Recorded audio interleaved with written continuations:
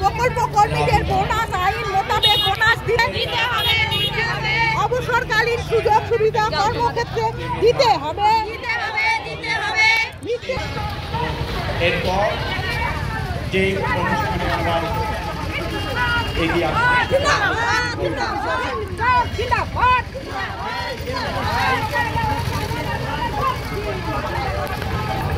যে স্টেজে রয়েছে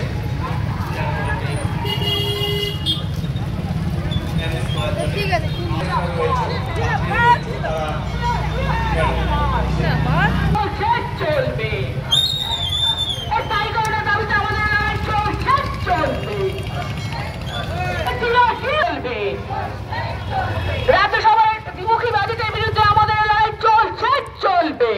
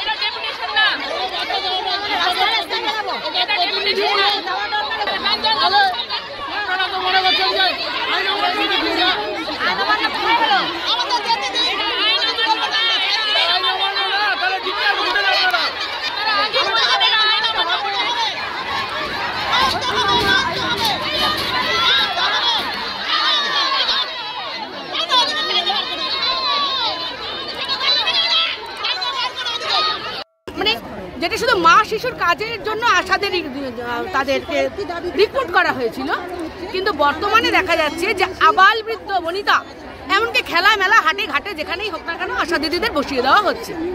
মূলত এই সমস্ত অতিরিক্ত কাজগুলোর ক্ষেত্রে অব্যাহতির জন্য এবং আমাদের দীর্ঘদিনের একটাই দাবি ছিল স্থায়ীকরণের দাবি, এবং আমাদের পেনশন যারা এখন পর্যন্ত কোনো প্রকল্প কর্মীদের জন্য তৈরি করা হয়নি সেই পেনশনের দাবিতে আমাদের আজকে ডিএমের সঙ্গে আমরা এখানে এসেছিলাম। কিন্তু আসার পরে এটা আমাদের ছিল একটা শান্তিপূর্ণভাবে নিয়ে আমরা করব, আমরা ডিএম ম্যানেজারের সাথে আমরা আমাদের বিষয়গুলো নিয়ে কথা বলবো। কিন্তু প্রশাসনিক স্তরে এখানে আমাদেরকে মহিলাদের যেভাবে হেনস্থা করা হচ্ছে, তারা পেছন থেকে নিয়ে গিয়ে ঠেলে ফেলে দিচ্ছে। আমরা বুঝতে পারছি না, যেখানে আমরা মা শিশুর স্বাস্থ্য, আমরা যেখানে শিশুদের পুষ্টির মতন বিষয় এবং মাতৃমৃত্যু শিশু মৃত্যুর ক্ষেত্রে নিয়ে যারা আটকে যাচ্ছে, তাদের মতো এরকম গুরুত্বপূর্ণ বিষয়গুলো নিয়ে যে প্রকল্প কর্মীরা কাজ করে যাচ্ছে, প্রশাসনের কাছে আমরা যখন আমাদের অসুবিধাগুলো বলতে আসি, তাতে প্রশাসনের দিক থেকে নিয়ে এত চাপ, এত জোর, এত জুলুম হবে কেন? কি চাইছেন এখন আপনারা? আমরা চাইছি ডিএম ম্যাডামের সঙ্গে কথা বলবো। আমরা কোনো রকম ভাবেই চাইছিলাম না ঝামেলা করতে, কিন্তু এখন দেখা যাক ওনারা আমাদের কখন আমাদের ভেতরে নিয়ে যেতে বলেন, আমরা এখানে গেটে বসে থাকি। দাবি হচ্ছে 10 দফা দাবি। মূলত স্থায়ীকরণের দাবি, দ্বিতীয়ত যে 26,000 টাকা আমাদের ন্যূনতম বেতন দিতে হবে, পেনশন ব্যবস্থা এবং সামাজিক সুরক্ষা আমাদের দিতে হবে, মিড ডে মিল ওয়ার্কারদের যেখানে আছে যারা কাজ করছে যারা, তাদেরকে 12 মাসের কাজ দিতে হবে, আইসিডিএস ওয়ার্কারদের যারা এই সমস্ত বরাদ্দকৃত যা অর্থ আছে তাদের পুষ্টির বিষয়ে সেই অর্থের পরিমাণ বাড়াতে হবে, এবং প্রত্যেকটা প্রকল্প কর্মীকে তাদের অবসরকালীন ভাতা সুনিশ্চিত করে তবে তাকে অবসরে প্রদান করাতে হবে। সমস্যা না হলে এর পরবর্তী ক্ষেত্রে আজকে আমরা কথা বলবো। আজকের কথার ক্ষেত্রে যদি আমাদের সমস্ত সুরাহা হয় তাহলে পরে সেখানে আমরা কোনো কিছু নয়, কিন্তু যদি না হয় 20 মে আবার ঠিক এই রকমই আর একটা যৌথ আন্দোলন হবে, এবং আমরা আজকে বলে যাচ্ছি এর থেকে দ্বিগুণ আকারে হবে।